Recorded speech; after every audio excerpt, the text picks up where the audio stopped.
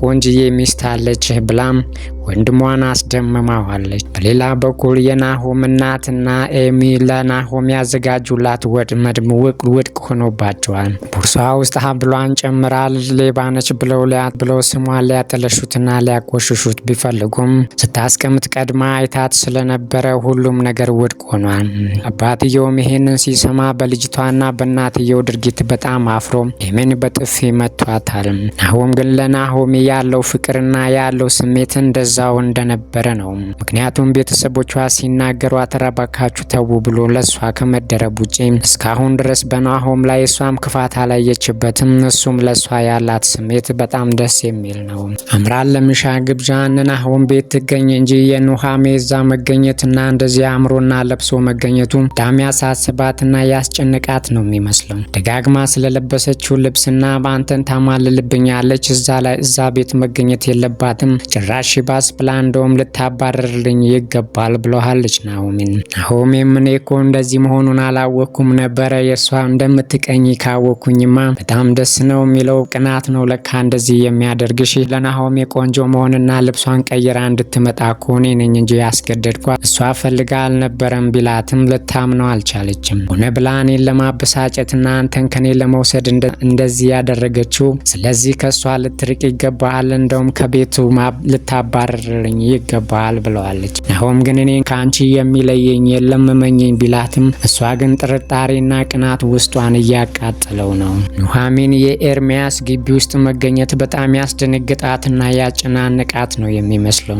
በሄድኩበት እኔን እየተከተላችሁ የኔን ሰላምና ጤና ከመንሳት በስተቀር እናንተ ስራ የሌላችሁ ሰዎች ባካችሁ ተውኝ ብትለውም እኔ አንቺን የመተው አቅም የለኝም፣ በጣም አፈቅርሻለሁ፣ በህይወቴ አንድ ስህተት ሰርቻለሁ፣ እዛ ስህተት ደግሞ ይቅር ልትይኝ ይገባል፣ ይቅር ካላልሽኝ ራሱ መሄድ ያለብኝ ድረስ እሄዳለሁኝ፣ አንቺ ብዬ ነው ይህንን ሁሉ እያደረግኩት፣ ከእንግዲህ ከጎኒ ስለሆንኩኝ ማንም እንዲጎዳሽና ማንም እንዲበድልሽ አልፈቅድም፣ ስለዚህ ይቅርታዬን ተቀበይኝ ቢላት እሷ ግን አሻፈረኝ፣ በፍጹም ይቅርታ ላደርግልህ አልችልም፣ እዚህ ምድር ላይ ካንተ በላይ የጎዳኝ ወይም ደግሞ የሚጎዳኝ ሰው የለም ብላ ደጋግማ ብትነግረውም አውቃለሁ ስህተት ሰርቻለሁ ግን ይቅር በይኝ ቢላትም እንዳታስበው ብለዋለች። እሱ ግን የእሷ ቃል ምንም የማይመስለውና በፍጹም በፍቅሯ የተማረከ የሚመስለው በእርግጥ ስህተት እንደሰራ ቢያምንም እሷ ግን አሁን ላይ ይቅርታ ልትለውና አብራው ልትሆን አልፈቀደችም። እሱ ግን እሷን ለማግኘት ብሎ በተዘዋዋሪ ረጅም መንገድ ሄዶ ኤሚን ቀርቦ የኤሚ ሹፌር ሆኖ ቤት ውስጥ ተገኝቷል። ኤሚም በጣም የወደደችውና የተመቻት ቢመስልም አሁን ላይ ግን ኤርሚያስ እሷ ኤሚን ፈልጎ ሳይሆን ለናሆሜ ስለመጣ ኤሚን ራሱ ናሆሜን ከዚህ በላይ ከጎዳሻትና ስለሷ እንደዚህ መጥፎ ነገር የምታስቢ ከሆነ እንዴት እንደምታገስሽ አላቅም፣ ለአሁኑ ግን ታዛዥ ነኝ ብሏታል። አታምጣ ስለው አምጥቶ ቆለለው ነው ያለው። የናሆም እናት እኔ ክብር የተከበርኩኝና የትልቅ ቤተሰብ ዘር ነኝ፣ እኔ ከማንም ጋር አልከሰከስም፣ ማንንም ደግሞ ቤቴ ውስጥ ዝቅ ያለ ሰውና የተዋረደ ሰው አላስገባም ስትልና እንቧ ከረዩ ስትል የነበረችው ሴትዮ ሰውን ስትንቅና ሌሎችን ስታንቋሽሽ የነበረችው ሴት ኤርሚያስን ለመተዋወቅ ቤት ውስጥ ካስመጣችሁ በኋላ ቆንጆዬ ወጣት ነህ፣ ግን ከልጄ መራቅ አለብህ፣ ልጄ በጣም ሕፃን ልጅ ነች፣ ትኩረትን ስራህ ላይ ብቻ አድርግ ብላ ካለችው በኋላ ምን እንዳሰበች ባናቅም ለምሳም ይሁን ብቻ ግራ የሚያጋባ ነገር ስታደርግ አይተናታል።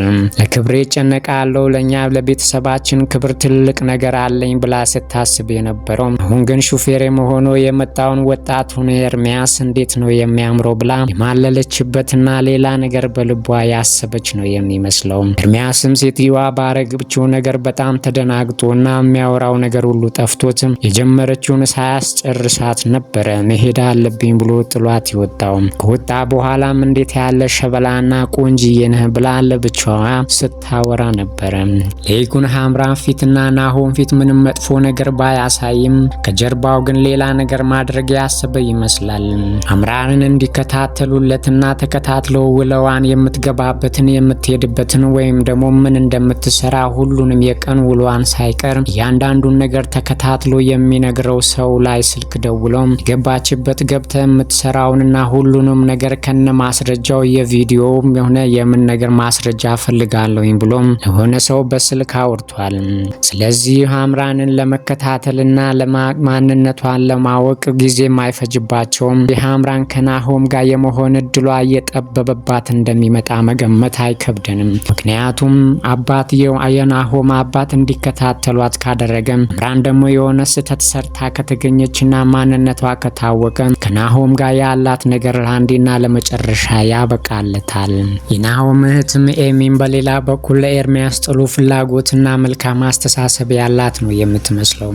ማታ ላይ ፓርቲ እንዳለና ወደ ይዟት እንዲሄድ እንደምትፈልግ ስትነግረው ምንም ችግር የለም ሲላት ሚስጥር ጠባቂ መሆን አለብህ ስትለውም በፍጹም እንዳታስቢ ሲላት አብቅቶልኛል፣ በቃ ከእንግዲህማ ከእንዳንተ አይነት ሰው ጋር ከዋልኩኝ የበለጠ መባለጌና መበላሸቴ ነው ብለዋለች። ናሆም ሐምራንን ቤት አምጥቶ በማስተዋወቁ ትንሽ ፎስታና እረፍት ያገኘ ነው የሚመስለው። ምክንያቱም ሐምራን ነች እኔ እንዲቀየርና መልካም ሰው እንደሆነ ያደረገችኝ ብሎ ለቤተሰቡ ከነገረ በኋላ ማንነቱን ለመቀየር ያሰበና አለባበሱ ሳይቀር ቀይሮ አባትየውም ሲያየው እንዴት ነው እንደዚህ የተቀየርከው? ማን ነው ደግሞ አለባበስህን ሁለመናህን የቀየረው ሲለው ለመቀየሬ ምክንያት እኮ አምጥቼ ያስተዋወቁ ፍቅረኛ ነች ሲለው መቸኮል የለብህም እኔ ላንተ ሁሌ መልካም አስተሳሰብ ነው ያለኝ፣ እያንዳንዱን ነገር ከስር መሰረቱ አጥንተክ መሄድ ነው ያለብህ ሲለው እኔ እኮ ከሐምራን ጋር ዛሬ አይደለም የተገናኘሁት በጣም ቆይቻለሁ ሲለው ቢሆንም መረጋጋት አለብህ፣ ስለ ልጅቷ በደንብ ማወቅ አለብን ብሎታል። ሐምራን ኤርሚያስ እና ናሆም ግቢ እንዴት እንደገባ ባታቅም ግን እዚህ ግቢ ውስጥ የገባበት ምክንያት ባይገባትም ብዙ ሚስጥር ስላላትና ከሱ ጋር ብዙ ጉድ ስላላት በጣም የጨነቃትና የፈራች ነው የሚመስለው። ባስ ብሎ እንደውም ከኤርሚያስ ጋር ስታወራ ናሆም አይቶ ምንድነው ሚልሽ ይሄ ሰውዬ እኮ እዚህ ቤት ከገባ ጀምሮ ምንም ደስ አላለኝም፣ አመጣጡ ምንም የተመቸኝ ነገር የለም ሲላትም አይ እንደዚሁ ተበሳጭቼ ስላየኝ ምን ሆነሽ ነው ብሎ እየጠየቀኝ ነው ስትለውም እሱ ማን ሆኖ ነው ስላንቺ የሚጠይቀው ብሎ አስደንግጧታል። ሐምራን ኑሃሚን ከዚህ ቤት ካልወጣሽ እሰራልሻለሁ፣ እዚህ ቤት የገባሹ ለብርና ለጥቅም ነው ብላ ስትላትም ጸጉሯን ጨምዳ ከእንግዲህ በኋላ ስለ እንደዛ አይነት ነገርና ስለ አባቴ ክፉ ስታወሪ ብሰምሽ አንገትሽን ቆርጬ ነው የምጥልልሽ፣ ጉድሽን ራሱ ዘርዝርልሻለሁ፣ ከናሆም ራሱ መራቅ ነው ያለብሽ፣ አንቺ ለናሆም አትገቢውም ስትላትም እኔም እሰራልሻለሁኝ ምንም አታመጭም፣ አንቺ ግን እዚህ ቤት የገባሹ ለሌላ ነገር ሳይሆን ናሆምን ፈልገሽ ስለሆነ ከናሆም ልትርቂ ይገባል፣ ናሆም የኔ ብቻ ነው ስትላትም ኑሃሚን እኔ ምንም በዚህ ጉዳይ የማጣው ነገር የለኝም፣ በፈለግሽው መልኩ መምጣት ትችያለሽ ብለው እርስ በርስ ተዛዝተው ነበር። የናሆሜን እናት ለኔ ብቻ ሹፌር መሆን አለብህ ብላ ኤርሚያስን ከነገረችው በኋላና ከልጄ መራቅ አለብህ ብላ ከነገረችው ወዲህ የሷ ሹፌር ብቻ እንዲሆን ስለፈለገችና አሁን ደግሞ አንድ ስራ እንድትሰራልኝ እፈልጋለሁ ብላ አስደንግጠዋለች። ምን አይነት ስራ ነው ምሰራልሽ ዘዥን ችግር የለውም ብሎ ሲላትም የልጄን ፍቅረኛ የተባለችውን ሐምራንን እንድትስትነግረው በጣም ሲደነገጥ ስታየው ምንድነው እሷ አንተ ያስደነገጠህ ብላ በመደንገጡ በጣም የተገረመችና የተደነቀች ነው የሚመስለው። የዛሬውን በዚያ በቃን። ሌላ ታሪክ እስከምንገናኝ ድረስ ሰላማችሁ ይብዛላችሁ።